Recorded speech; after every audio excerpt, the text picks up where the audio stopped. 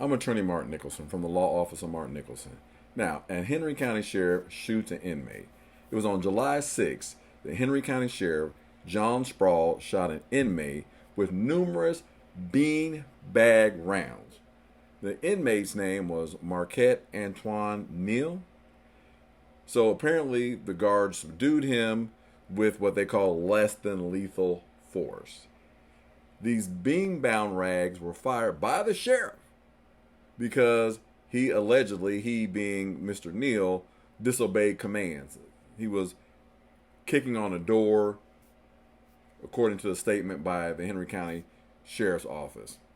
Now, Sheriff Sproles admitted that he fired at least 4 rounds to this unarmed jail inmate.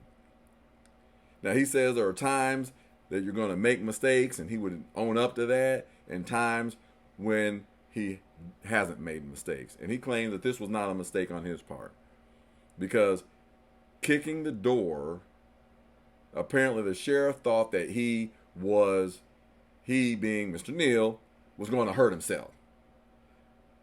So he might break his leg or break his foot. But common sense tells you that if you're kicking a door with your foot, at some point, if your foot starts hurting, you're going to stop kicking. So the sheriff didn't want Mr. Neal to hurt himself. He wanted to hurt Mr. Neal himself, right? Because his statement was, I cannot allow people to injure themselves. I can't let them break an ankle while we're sitting there looking at them. So his response to, well, you're not going to break an ankle on my watch. I'll just come in there and I'll shoot you. This is the sheriff. Now, why don't they have a tactical unit, a CERT team, or something like that that can handle these kind of situations? Why is this sheriff the one? Sounds like a little bit overly aggressive. He says he's not tolerating inmates running the jail. Well, when have the inmates actually ran the jail? The only time inmates are running the jail is when they're letting themselves in and out. And I haven't seen that. And I do criminal defense. And I practice in Henry County. My clients can't just leave when they want to. This sounds like the sheriff is trying to use some kind of Machiavellian excuse to justify his excessive force. Because when he shot Mr. Neal, they had to take him to the hospital. Taxpayer money going to take care of Mr. Neal because the sheriff shot him. Now, they said that Mr. Neal has a history of violence and that he had attacked officers in the past, which makes me wonder, is this some kind of get back? Is this some kind of retaliation for the way he's acted in the past?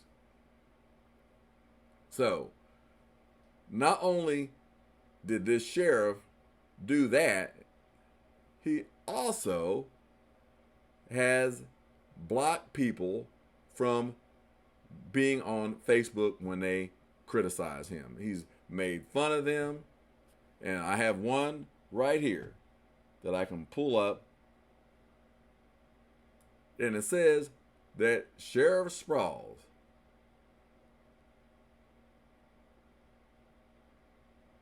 sent this message to Diane Baker. Thank you for being a top fan of mine who uses a fake account. I have no idea how I'm going to survive all this pressure from all 10 of you keyboard warriors who hate me so much, especially now with this lawsuit that K9 Chris has filed. This is so much more scary than running to the call of gunfire, responding to bar fights with 20 plus people involved, or the head-on collision with entrapment and vehicles on fire. How will I ever survive these vicious verbal attacks and frivolous lawsuits? Anyway, grab another box of Twinkies and some generic cola out of your mom's fridge and get back to your keyboard. Your audience of 4 is waiting.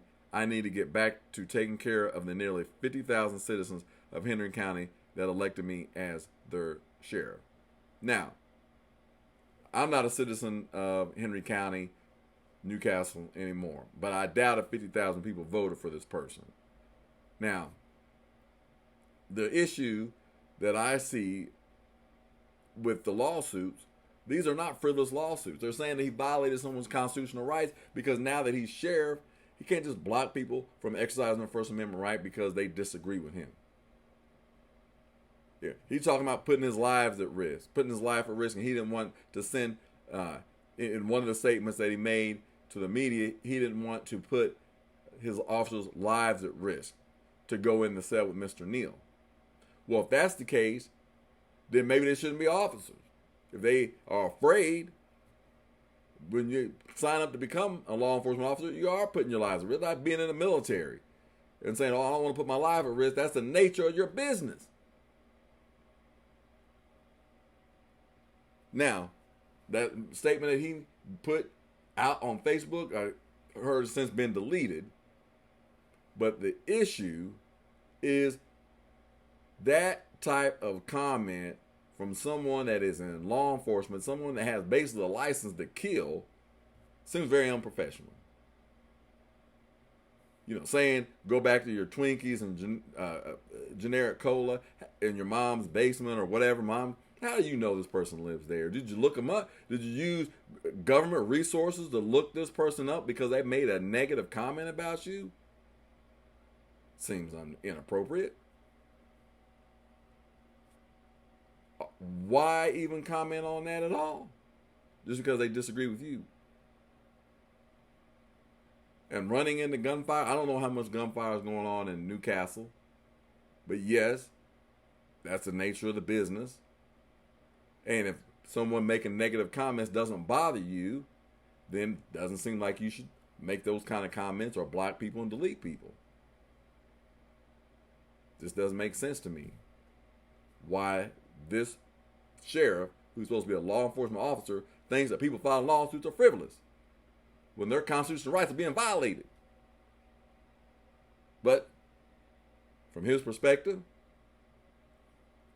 the way that he seems to be doing things in this short time that he's been in office, he probably does think constitutional rights are frivolous. That he is the law or he is the Constitution. Which he is not. And that is your Nicholson Nugget of the day.